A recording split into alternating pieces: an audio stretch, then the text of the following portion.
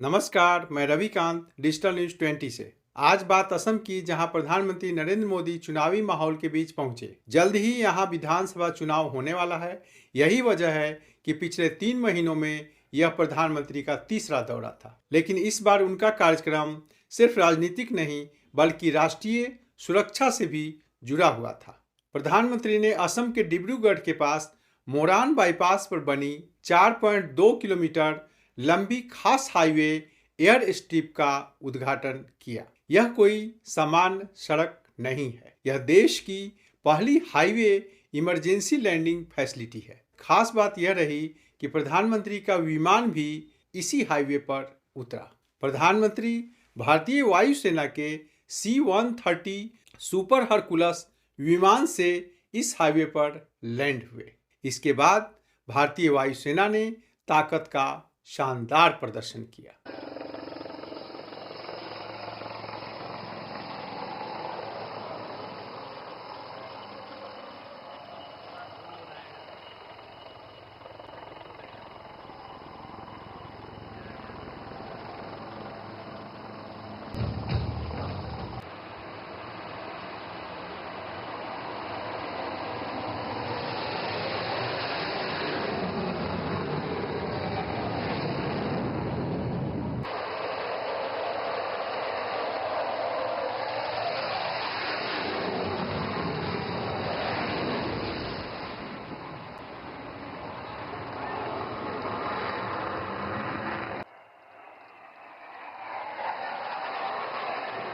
करीब 20 मिनट के भीतर 16 विमानों ने टेक ऑफ और लैंडिंग की। इनमें सुखोई 30, राफेल और AN-32 जैसे विमान शामिल थे। आसमान में यह नज़ारा बेहद रोमांचक और गर्व से भर देने वाला था। प्रधानमंत्री स्वयं इस पूरे प्रदर्शन के साक्षी बने। यह हाईवे एयर स्ट्रिप सामान्य दिनों में एक आम सड़क की तरह काम करेगी, जहां गाड़ियां चलेंगी, लेकिन आपातकाल, युद्ध या किसी विशेष परिस्थिति में इसे कुछ ही समय में रनवे में बदला जा सकेगा। यहाँ लड़ाकू विमान, ट्रांसपोर्ट, एयरक्राफ्ट और हेलीकॉप्टर सुरक्षित रूप से उतर और उड़ान भर सकेंगे। रणनीतिक दृष्टि से भी यह बहुत महत्वपूर्ण है, क्योंकि यह स्थान चीनी सीमा से लगभग 300 किलोमीटर की दूरी पर है। ऐसे में इसे राष्ट्रीय सुरक्षा के लिहाज से एक मजबूत कदम माना जा रहा है। विशेषज्ञ इसे सीमावर्ती क्षेत्रों में भारत की तैयारी और संदेश दोनों के रूप में देख रहे हैं। इस एयर स्ट्रिप की खासियत यह भी है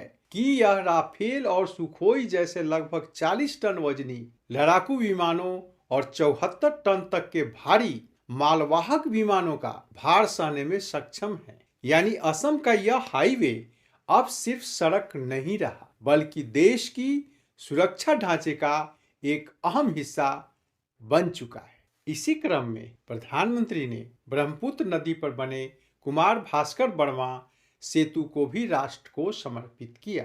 यह नया पुल गुवाहाटी और नॉर्थ गुवाहाटी के बीच संपर्क स्थापित करता है। करीब 3030 करोड़ रुपए लागत से तैयार 6 लेन का आधुनिक पुल शहर के ट्रैफिक दबाव को कम करने के उद्देश्य से बनाया गया है। पहले इस नदी को पार करने में लंबा समय लगता था, लेकिन अब इस सेतु के शुरू होने के बाद दोनों क्षेत्रों के बीच यात्रा घटकर लगभग 7 मिनट रह जाएगी। चुनाव के मद्देनजर राज्यवासियों के लिए यह बड़ा तोहफा। दरअसल असम में जल्द ही विधानसभा चुनाव होने वाला है और जग जाहिर है कि ऐसे माहौल में विकास परियोजनाओं की रफ्तार बढ़ जाती, वायदों की झड़ी लग जाती। एयर स्ट्रिप, नया सेतु और बड़ी बुनियादी योजनाएं यह संकेत देती हैं कि भाजपा सरकार चुनाव से पहले राज्य को कई और बड़े तोहफे देगी। इधर पीएम मोदी ने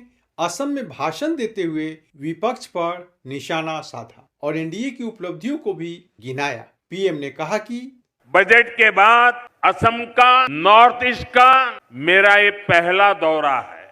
जिस नॉर्थ ईस्ट को कांग्रेस ने हमेशा नजरअंदाज किया, हम उस नॉर्थ ईस्ट की भक्ति भाव से सेवा कर रहे हैं।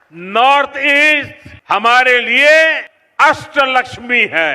बजट में इस साल असम को टैक्स की हिस्सेदारी के रूप में लगभग 50,000 करोड़ रुपए मिलने वाले हैं। जो लोग देश के टुकड़े टुकड़े करने का सपना देखते हैं, जो लोग नॉर्थ ईस्ट को भारत से अलग करने के नारे लगाते हैं, वो कांग्रेस के लिए पूजनीय बन चुके हैं। इसलिए आपको कांग्रेस से सावधान रहना है।